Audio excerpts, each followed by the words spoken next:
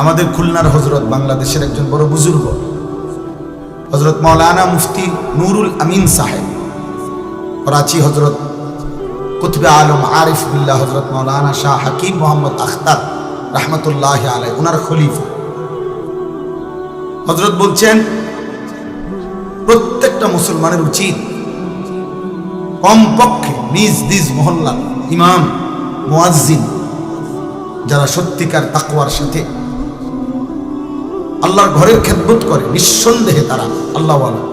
হযরত বলেন ওই মহল্লার মানুষের উচিত ওনাদের সাথে হলেও ওনাদের সান্নিধ্য, সোহবত, সাহচর্য গ্রহণ করা, ওনাদের কাছে হলেও কিছুক্ষণ বসা। হোক তিনি ইমাম, সব হুজুর রে, সব আলেম রে, সব বক্তারে সবাই চিনতে হবে সারা বাংলাদেশ। এটা কোনো জরুরি, এটা কোনো জরুরি। জনপ্রিয়তা একটি ধোঁকা, জনপ্রিয়তা একদমই ধোঁকা। জনপ্রিয়তা ইতিপূর্বে অনেকের ছিল, এখন নাই। এখন যাদের আছে তাদেরও কয়দিন করে থাকে। অতএব জনপ্রিয়তা কিছুই, জনপ্রিয়তার দ্বারা বক্তারও ফায়দা হয় না, শ্রোতারও ফায়দা। আমারে মনে করেন 1 কোটি মানুষ চিনে, তো আমার কবরের আযাব মাফ তো, কিন্তু আর কি লাভ?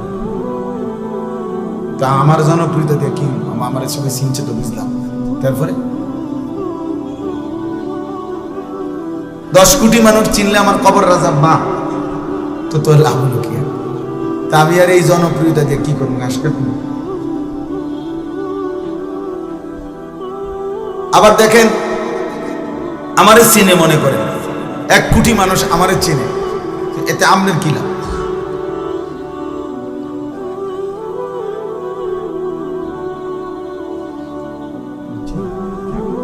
ঠিক আছে, মাশাআল্লাহ। মানে এখন আমারে মনে করেন 1 কোটি মানুষ চিনে, এতে আমনের কি লাভ? চিনে আমারে না, তো আমনে লাফান কি?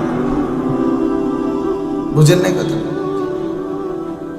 তো চিনে আমারে সব মানুষ, কবর রাজাব মাফুক আমনে কথা বলে না। তো তাহলে বক্তার কি লাভ, শ্রোতার কি লাভ? ঈমান আমলের ভিত্তিতে, তাকওয়ার ভিত্তিতে বক্তারও লাভ, শ্রোতারও লাভ।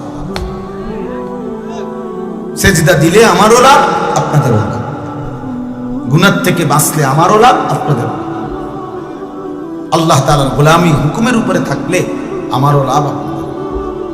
এজন্য আউলিয়া কেরাম, বুজুর্গানে দ্বীন সর্বযুগে যখন আল্লাহর কথা বলতেন, তো বলতেন উসিকুম ওয়া ইয়া, যে এই কথাগুলো আপনাদেরকেও বলছি, নিজেকেও বলছি।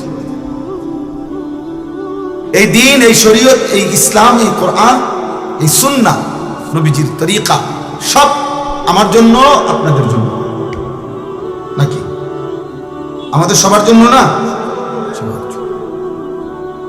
এই জন্য দোস্ত বললাম, আমার কথা হলো এই সোহবত, উলামায়ে কেরামের সান্নিধ্য, চোখের এই নজর, মানে শুধু চোখ বলতে এটার অর্থ হইল যে মানে চোখে চোখে আসা যাওয়া করা। যেন এই পরিমাণ একজন আলেমের কাছে, তোমরা কিশোর যুবক তোমাদেরকে বলি না, এই পরিমাণ কোনো আলেমে দ্বীনের কাছে আসা যাওয়া করবা, দেখা সাক্ষাৎ হলো, কথা শুনলা, একটা কথা শুনলা, যেন তোমার দেখলেই চিনে, দেখলেই চিনে। এই দেখার দ্বারা, চিনার দ্বারা, এই নজরের বরকতে ইনশাআল্লাহ ধীরে ধীরে তোমার মধ্যে আমলের জজবা আসবে, গুনাহ ছেড়ে দেওয়ার মানসিকতা আসবে।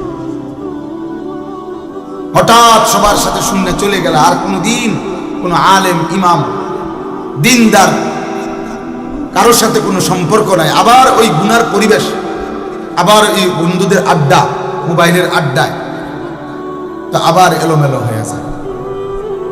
এই জন্য একজন আলেমের সাথে আমার শায়েখ আল্লামা মুফতি মুশতাকুর নবী কাসেমী হযরত এটা বলে সবসময়, যে কোনো একজন আলেমের সাথে কমপক্ষে এভাবে সম্পর্ক রাখা উচিত যেন হাসরের ময়দানে উনি দেখলে আমাদের চিনে।